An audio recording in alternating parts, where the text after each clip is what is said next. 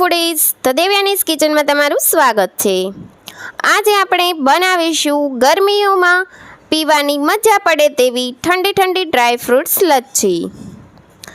આ લસ્સી ઝટપટથી બની પણ જાય છે અને ગરમીમાં શરીરને એકદમ ઠંડક પણ આપે છે અને આપણી એનર્જીમાં પણ વધારો કરે છે। પંજાબી લોકોની તો શાન છે આ લસ્સી। તો ફ્રેન્ડ્સ, ચાલો આપણે ગરમીઓ માટે સ્પેશિયલ ઠંડી ઠંડી લસ્સી બનાવવાનું શરૂ કરીએ।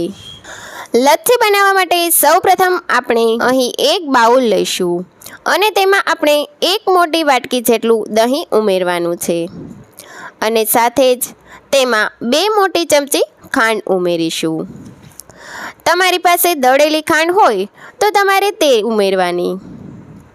હું અહીં આખી જ ખાંડ ઉમેરી રહી છું। હવે આ રીતે હેન્ડ બીટરની મદદથી દહીંને ચલાવતા રહી સ્મૂથ લિક્વિડ ફોર્મ કરી લેવાનું છે અને હવે તેમાં થોડા આઈસ ક્યુબ ઉમેરીશું।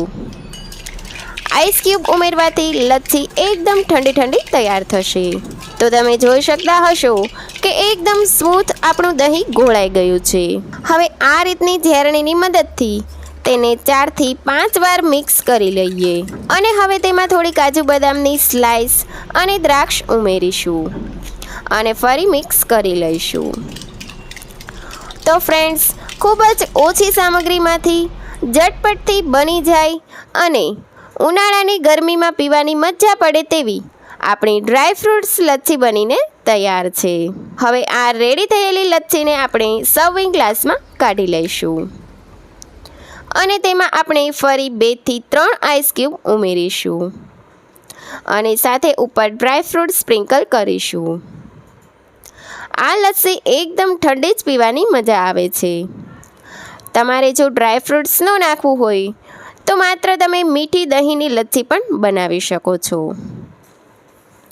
તો ફ્રેન્ડ્સ, તમને મારી આ લસ્સી બનાવવાની રીત પસંદ આવી હોય અને આવી નવી નવી રેસીપી જોવી હોય તો મારી ચેનલને લાઈક કરજો, શેર કરજો અને સબસ્ક્રાઈબ કરવાનું ભૂલતા નહીં। Thanks for watching.